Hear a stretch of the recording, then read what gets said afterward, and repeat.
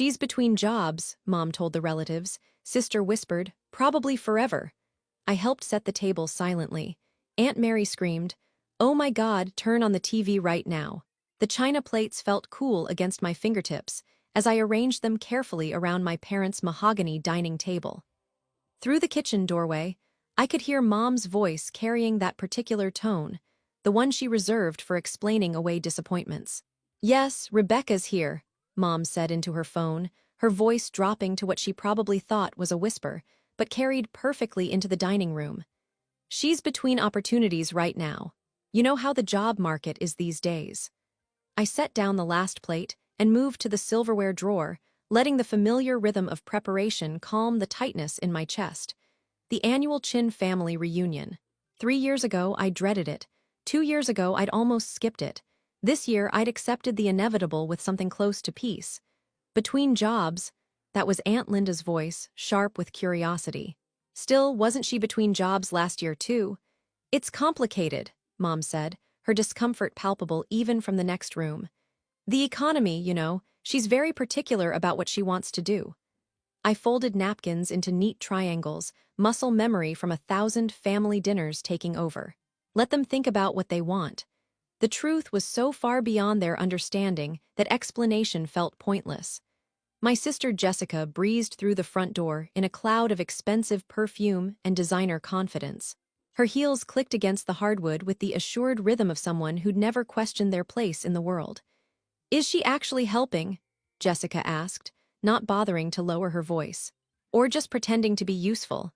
"Jessica, please," Mom said, but there was no real reproach in it. I emerged from the dining room with a stack of serving bowls. Jessica looked me up and down, taking in my simple jeans and unmarked sweater with barely concealed disdain. "Still dressing like you shop at thrift stores, I see," she said, examining her manicured nails. "Some things never change." "Some things don't need to," I replied evenly, moving past her toward the kitchen. "That's the spirit of a chronic underachiever right there," Jessica called after me. "Just accept mediocrity and call it authenticity." Dad appeared from his study, already in his reunion mode. Jovial, expansive, ready to show off his successful family to the assembled relatives. His smile faltered slightly when he saw me. "Rebecca, good you're here early." He paused, choosing his words carefully. "Listen, when people ask what you're doing these days, maybe just say you're consulting. It sounds better than nothing." "I'm not doing nothing, Dad." Right, your little projects." He waved his hand dismissively. "But to people who don't understand, it might sound like unemployment. We don't want them to worry." "Worry about what? About you?" He said it gently, the way you'd speak to someone who couldn't grasp simple concepts. "About whether you're okay, whether we failed as parents somehow." Jessica laughed from the living room. "Too late for that question." The doorbell rang, signaling the arrival of the first relatives. Within 30 minutes, the house filled with the Chin clan, aunts, uncles, cousins, and the extended network of family friends who'd known me since childhood. Each arrival brought the same pattern: warm greetings, catching up, and then the inevitable question. "So, Rebecca, what are you up to these days?" And each time before I could answer, someone else would jump in. "She's taking some time to figure things out," Mom would say. "Still exploring her options," Dad would add. "Between opportunities" became the recurring euphemism. I watched Jessica work the room like a campaign event, her recent promotion to senior marketing director at a major firm serving as her conversation centerpiece. She'd position herself near me deliberately, creating contrast. "It's such a demanding role," Jessica was telling Uncle Robert and Aunt Mary. "But seeing campaigns go national, having that kind of impact, it's worth the 70-hour weeks." She glanced at me. "Though I suppose not everyone's cut out for that kind of pressure." "Rebecca always was more low-key," Uncle Robert said diplomatically. "That's one word for it," Jessica murmured, just loud enough. "Cousin David joined our cluster, fresh from closing a major real estate deal. The thing about success," he announced, "is that you have to be willing to take risks. Too many people play it safe and wonder why nothing happens." "Exactly," Jessica agreed. "Some people are just afraid of real responsibility." I excused myself to check on the food, ignoring Jessica's triumphant smile. In the kitchen, I found Aunt Linda and Mom in deep conversation. "Have you thought about suggesting something concrete?" Aunt Linda was saying. Even just part-time retail to start. It would give her structure. We've tried, Mom said wearily.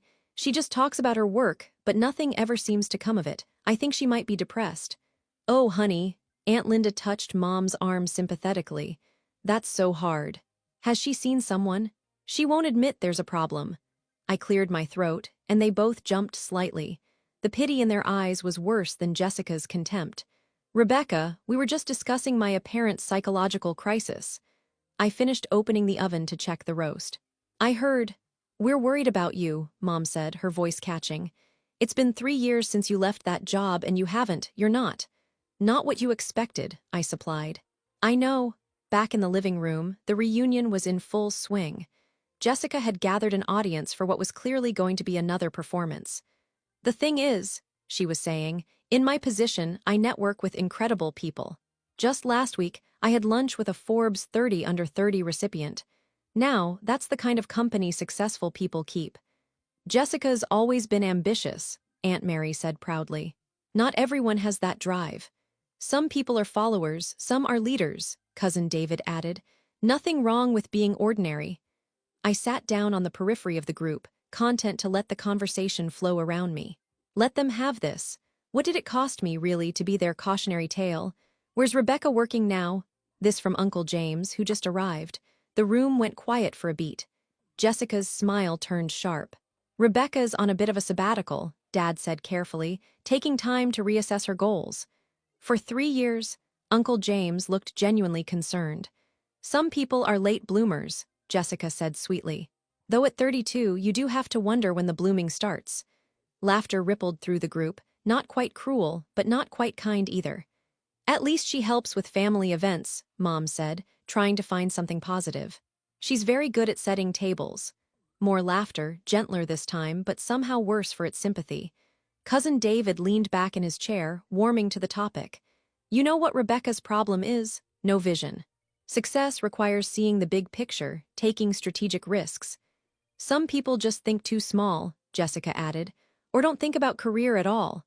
Nothing wrong with simple living, Aunt Linda offered, but it sounded like consolation for a terminal diagnosis. The conversation moved on, but the damage was done. I was the official family failure, the cautionary tale, the proof that potential didn't guarantee results. They'd assign me that role, and nothing I could say would change the narrative they'd constructed. Dinner was announced, and we all migrated to the dining room, the same room where I'd laid out those plates hours ago. I ended up seated between Aunt Mary and Uncle Robert, both of whom treated me with the careful kindness reserved for the fragile. So, Rebecca, Uncle Robert said as we passed dishes, what do you do with your time these days? Hobbies, interests? I work, actually. Jessica snorted from across the table. On what? Your imaginary projects? I consult, I said simply. Consult, Jessica drew out the word mockingly. On what exactly? How to avoid employment? Jessica, Dad said, but his tone lacked conviction. No, I'm serious, Jessica continued. If Rebecca's working, why does she never talk about it? Why are there no business cards, no website, no evidence of this mysterious career? Some work doesn't require flashy marketing, I said quietly. A convenient excuse. Jessica turned to the table at large. Isn't that what all unemployed people say? That they're consulting or between opportunities? It's code for I gave up. That seems harsh, Aunt Mary said, but she was looking at me with that pitying expression again. Is it harsh to tell the truth? Jessica shot back. Look, I love my sister, but at some point we have to stop enabling this fantasy that she's got some secret successful life. She's unemployed. She has been for years. And the longer we all pretend otherwise, the longer she stays stuck. The table went silent. All eyes turned to me, waiting for a defense, a breakdown, something. I took a sip of water. May I have the potatoes, please? Jessica threw up her hands. See, this is what I mean. No ambition, no fight, no nothing. Dad changed the subject to Uncle James's new boat, and dinner proceeded with forced normalcy. But I'd been categorized now, officially filed under family concern, with a side of disappointing child. After dinner, while I was clearing plates, I overheard Cousin David talking to a group in the living room. The economy is tough, sure, he was saying. But winners find a way. They network, they hustle, they make things happen. The people who fail are the ones who give up and make excuses. Rebecca's not even making excuses anymore, Jessica added. She's just accepted being a loser. Don't use that word, Mom said, but weakly. What word should I use? Underachiever. Unmotivated. Face it, Mom, some kids just don't turn out the way you hope. I loaded the dishwasher methodically, letting the voices fade to background noise. They needed this narrative. Jessica needed to be a successful daughter. My parents needed to explain away their confusion about me. The extended family needed a cautionary tale for their own children. What they didn't need was the truth. Aunt Mary found me in the kitchen, her face creased with concern. Rebecca, honey, can we talk? Of course. I want you to know that we don't judge you. Family is family, successful or not. I appreciate that, but I do worry. She took my hand. You're so isolated. No career, no social life that we can see. It's not healthy. Have you thought about talking to someone? There are therapists who specialize in. I'm fine, Aunt Mary. Really? But you're not, sweetie, you're not fine. You're alone and unemployed and hiding from the world. Her eyes welled with tears. We just want to help you. Before I could respond, Aunt Linda rushed into the kitchen, her face flushed with excitement. Turn on the TV, she practically shouted. Living room, now, everyone. The urgency in her voice pulled us all toward the living room. Uncle James already had the TV on, flipping through channels until he landed on CNN. The familiar news desk came into view, and then my face. Not a small photo, a full-screen image of me standing in front of the United Nations building, flanked by world leaders and humanitarian organization heads. Unprecedented achievement, the anchor was saying. At just 32 years old, Dr. Rebecca Chin has revolutionized global health infrastructure in developing nations, creating sustainable systems that have provided clean water and medical access to over 50 million people across 3 continents. The room went completely silent. The screen shifted to footage I recognized from 6 months ago. The opening of the water treatment facility in sub-Saharan Africa that had taken 2 years to develop and implement. Her innovative approach, the anchor continued, combines advanced filtration technology with community-driven maintenance programs, ensuring long-term sustainability without creating dependency on foreign aid. Another image flashed up, me shaking hands with the Secretary General of the UN. Dr. Chin's work has been praised by the World Health Organization, UNICEF, and numerous international development agencies. Her foundation, operating on what she calls radical transparency, publishes all financial data and outcome metrics publicly, setting a new standard for nonprofit accountability. Jessica made a small, strangled sound. The anchor smiled directly at the camera. And today, Time magazine has named Dr. Rebecca Chin their Person of the Year, citing her transformative impact on global health equity and her revolutionary model for effective humanitarian work. The screen filled with the cover of my face, professional and composed, under the banner. The Changemaker, How One Woman Revolutionized Global Health. Uncle Robert found his voice first. That's you. I nodded calmly, still holding the plate I'd been about to take to the kitchen. Dr. Chin joins a prestigious list, the anchor was saying, including world leaders, innovators, and activists. But what makes her selection particularly notable is the scope and measurability of her impact. Unlike many humanitarian efforts, Dr. Chin's work has demonstrable, trackable outcomes that have transformed millions of lives. The segment shifted to an interview clip, one I'd done reluctantly at the magazine's insistence. I don't do this for recognition, my TV self was saying. I do it because clean water and basic medical care shouldn't be privileges, they're rights, and we have the technology and resources to provide them. We just need to be willing to actually solve problems instead of managing them. Some have criticized your approach as too radical, the interviewer prompted. Good, TV, I replied. If everyone's comfortable with your methods, you're probably not solving the real problem. Back in the living room, the news had moved on, but no one moved to change the channel. You're Person of the Year, Mom whispered. Time Magazine Person of the Year. It's just a title, I said, setting down the plate. Just a dad couldn't finish the sentence. He pulled out his phone with shaking hands, typing frantically. There are dozens of articles. The New York Times, Washington Post, BBC. They're all covering this. Oh my God, Aunt Linda breathed. Rebecca, why didn't you say something? You never asked what I actually did, I replied simply. You asked if I had a job, different question. Jessica's face had gone pale. You've been all this time. Working. Yes. Consulting. As I mentioned, I consult with governments, NGOs, and international organizations on sustainable infrastructure development. Cousin David scrolled through his phone, his expression growing more stunned by the second. You have a doctorate from MIT, a master's in public health from Johns Hopkins. You've published 17 papers in peer-reviewed journals on water sanitation and disease prevention. 18, I corrected gently. The newest one came out last month. You've given TED Talks, Aunt Mary said, staring at her own phone. Multiple TED Talks with millions of views. Those were for fundraising primarily. The foundation needs visibility to attract donors and partners. Uncle James looked up from a tablet. Your foundation's annual budget is larger than some small country's GDP. We try to use resources efficiently. Mom was crying now, though I wasn't sure if it was from pride or shock or embarrassment. Rebecca, sweetheart, why didn't you tell us? I tried, Mom. You weren't interested in the details. You just wanted to know if I had a real job.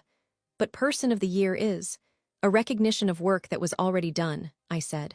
The work matters more than the award. Jessica finally found her voice. Tonight I called you. I said you were unemployed, a loser, unmotivated. Yes, I heard. Her face crumpled. Rebecca, I'm so sorry, I didn't know. You thought I was exactly what I appeared to be from your limited perspective, I finished. It's fine. You weren't wrong to think what you thought, given the information you chose to see. But we should have asked, Dad said, his voice hollow. We should have listened. Perhaps. I picked up the plate again, but I wasn't doing this for your approval. I was doing it because 50 million people needed clean water more than I needed you to understand my career choices. The TV had moved on to other news, but phones were buzzing all around the room as relatives discovered articles, videos, interviews, and years of work that had been publicly documented for anyone who cared to look. Forbes ranked you as one of the top 50 philanthropists under 40, Uncle Robert read aloud. They estimate your foundation's impact at over $3 billion in economic development. The multiplier effect of health infrastructure is significant, I acknowledged. Aunt Linda was scrolling through photos on her tablet. You've met with presidents, prime ministers. Is that you with the Dalai Lama? He came to one of our facility openings in India. Very kind man. Jessica sat down heavily, her phone clutched in her hand. I told everyone you were a failure. I made you the family joke and your Person of the Year. Those two things aren't connected, I said. What you thought of me doesn't change the work. What the magazine thinks of me doesn't change the work either. The work exists separately from everyone's opinions about it. But I was so cruel, Jessica whispered. You were operating on incomplete information and your own insecurities, I replied. People do that. Mom approached me tentatively, as if I'd become a stranger. Why didn't you correct us? All those times we introduced you as unemployed. All those pitying looks. Why did you let us think that? Because correcting you would have required explaining, and explaining would have required time and energy I preferred to spend on actual work. Your assumptions about my life didn't affect my life. They only affected your understanding of it. All this time, Dad said wonderingly, you've been one of the most influential people in global health, and we thought you were unemployed. I was never unemployed. I left corporate consulting to start the foundation. That was always the plan. But you never told us the plan. I tried, Dad. 3 years ago, when I gave notice, I told you I was starting a humanitarian organization focused on infrastructure. You said I was throwing away my career. Mom cried for a week. Jessica told me I was being naive and stupid. I met their eyes calmly. So I stopped explaining. I just did the work. The room fell into an uncomfortable silence, broken only by the continued buzzing of phones as more relatives discovered the news. Cousin David cleared his throat. I said some things tonight about success and taking risks. And you weren't wrong, I interrupted. Success does require risk. I risked everything. My savings, my reputation, relationships with people who couldn't understand the choice. Those were strategic risks based on careful assessment. You were right about that principle, even if you misapplied it to me. I called you ordinary, he said quietly. Maybe I am. 50 million people have clean water, not because I'm extraordinary, but because the solution was straightforward. We just needed someone willing to implement it without getting distracted by ego or politics. Uncle James was still reading articles. They're saying you'll probably win the Nobel Peace Prize next year. Multiple experts have mentioned you as the frontrunner. Awards committees make their own decisions, I said. I can't control that. Can't control, Jessica laughed, a slightly hysterical edge to it. Rebecca, you're going to win a Nobel Prize and you're acting like it's no big deal. It's a big deal to the Nobel Committee. To me, it's a distraction from work. I gestured around the room. Like this. This whole evening has been about your perception of success versus reality, but the reality is the same whether you understand it or not. 50 million people had their lives improved. That happened regardless of what you thought of me. But we should have known, Mom insisted, tears streaming freely now. We're your family. We should have supported you. You supported the version of me you could understand, I replied. I don't fault you for that.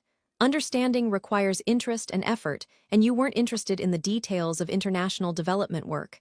You wanted me to have a recognizable career. When I didn't, you categorized me as failed and moved on. Aunt Mary was crying too now. I told you to get therapy. I said you were depressed and hiding from the world. I am hiding from the world, I agreed. From this world where success is measured by job titles and social media presence. I prefer the world where success is measured by water quality tests and infant mortality rates. The front door opened, and more relatives arrived who hadn't been there for dinner. Aunt Linda immediately thrust her phone at them. Look, Rebecca's Person of the Year. The new arrivals went through their own version of shock and disbelief, pulling up articles and videos, trying to reconcile the quiet woman in jeans with the global humanitarian leader on their screens. Uncle Chin, the family patriarch, arrived last. At 83, he'd seen generations of family drama with philosophical detachment. He looked at me, then at the assembled relatives with their phones, then at the TV still displaying news coverage. Let me guess, he said dryly. You all spent the evening telling Rebecca she was a failure, and now you've discovered she's more successful than everyone here combined. Uncle Chin, Dad started. Don't. The old man waved his hand dismissively. I saw this coming 3 years ago. Rebecca has her grandmother's eyes. That woman rebuilt a village after the war with nothing but determination and intelligence. I knew Rebecca would do something similar. He approached me, his weathered face creasing into a smile. Person of the Year. Your grandmother would be proud. Thank you, Uncle Chin, though I suspect you don't care much about the title. The title helps with fundraising, I admitted. Donors like supporting award-winning organizations. So in that sense, it's useful. He laughed a deep, rumbling sound. Always practical, yes, very much like your grandmother. He turned to the room at large. You want to know why you didn't see this? Because you were looking at Rebecca and seeing your own definitions of success. You wanted her to fit your understanding of achievement. She refused to shrink herself to match your limited vision. We just wanted her to be happy, Mom protested weakly. She is happy, Uncle Chin replied. She's just happy doing things you didn't value enough to notice. Jessica had been silent for several minutes, scrolling through article after article. There are profiles of you in every major publication. Forbes, Fortune, The Economist, they all call you a visionary. They call me what serves their narrative, I said. I'm not a visionary. I'm a problem solver who happened to solve a big problem. You've been invited to speak at the World Economic Forum, Cousin David read. You turned them down 4 times. I confirmed. Those conferences are where people talk about solving problems. I prefer to spend that time actually solving them. Aunt Linda approached tentatively. Rebecca, I need to apologize. I was so condescending, so presumptuous. You were concerned, I interrupted. Misguided but concerned, I don't hold it against you. But I treated you like a charity case. You are a case for charity, Uncle Chin interjected. Just not the kind you thought. Rebecca showed you charity by not embarrassing you with the truth until you forced the issue. The evening devolved into a strange reception where relatives who'd pitied me hours ago now tried to process their whiplash. Some apologized profusely. Others tried to claim they'd always known I was destined for greatness. A few, like Uncle Chin, simply accepted the revelation and moved forward. Jessica cornered me in the kitchen while I was finally washing those dishes. I don't know what to say, she began. Then don't say anything, I suggested gently. I built my entire identity around being a successful daughter, and it turns out I'm not even close to your level. We're not in competition, Jessica. Aren't we? Wasn't that the whole point of tonight? You're letting me mock you, letting everyone pity you, and then revealing your person of the freaking year. The point of tonight, I said carefully, was having dinner with family. The time announcement happened to coincide with the reunion. I didn't plan some dramatic reveal. But you could have told us before. You could have prevented all of this. Prevented what? Are you being honest about your opinions? Everyone reveals how they really saw me. I dried a plate slowly. This wasn't punishment, Jessica. This was just reality. You thought I was a failure because that's what you needed to think to feel successful. The magazine naming me Person of the Year doesn't change who I've been for the last 3 years. It just changes your perception. She was crying now, makeup running. I'm so ashamed. Don't be curious instead. I handed her a dish towel. Be curious about why you needed me to be less than you. Be curious about what success actually means beyond titles and salaries. Be curious about what you might be missing when you judge people by surface appearances. How are you so calm about this? Because I knew who I was before tonight, and I'll know who I am tomorrow. External validation doesn't change that. I glanced at her.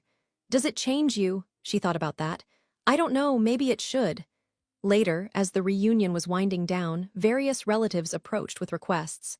Could I get them into exclusive events, introduce them to important people, help with their causes? I deflected politely, offering foundation contacts for legitimate charitable interests but maintaining firm boundaries. Mom found me putting on my coat to leave. Don't go yet, she pleaded. We need to talk about this properly. We just did for 3 hours. But I still don't understand. Why hide this from us? I didn't hide it, Mom. It was all public information. Multiple articles, speeches, the foundation website. It was all there for anyone who wanted to look. You just never looked because you'd already decided what my story was. That's not fair. It's completely fair, I said, not unkindly. You wanted me to have a conventional career you could brag about to relatives.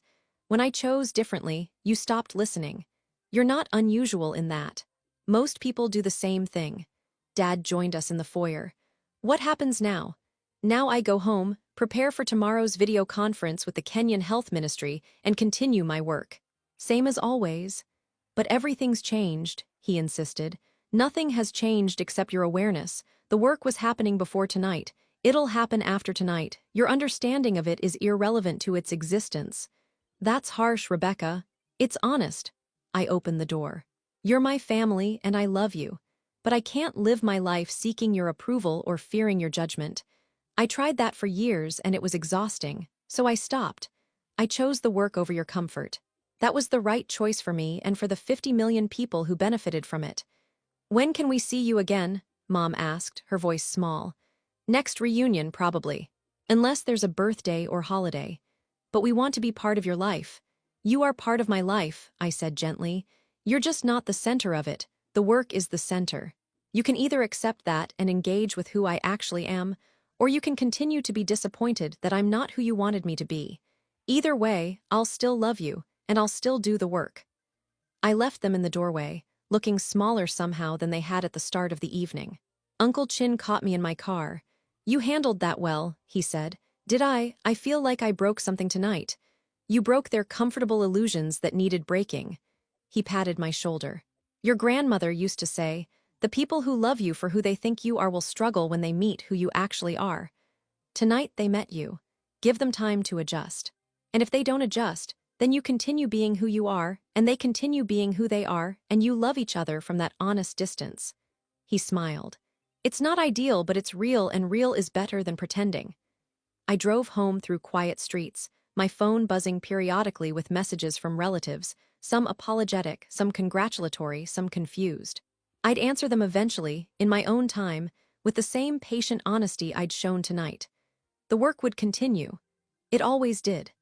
Tomorrow, there will be meetings about the sanitation project in Bangladesh, grant applications for the medical access program in rural India, and follow-up data from the water systems in Ethiopia. None of that changed, based on magazine covers or family opinions. But tonight had clarified something I'd suspected for years. Validation from others was irrelevant to doing meaningful work. Whether my family understood or approved, whether magazines awarded titles or critics dismissed efforts, the work existed independently of all that noise. 50 million people had clean water because I'd chosen to solve a problem rather than manage perceptions. That would remain true whether Time magazine named me Person of the Year or whether my family thought I was unemployed. The work was the point. It always has been. Everything else was just commentary.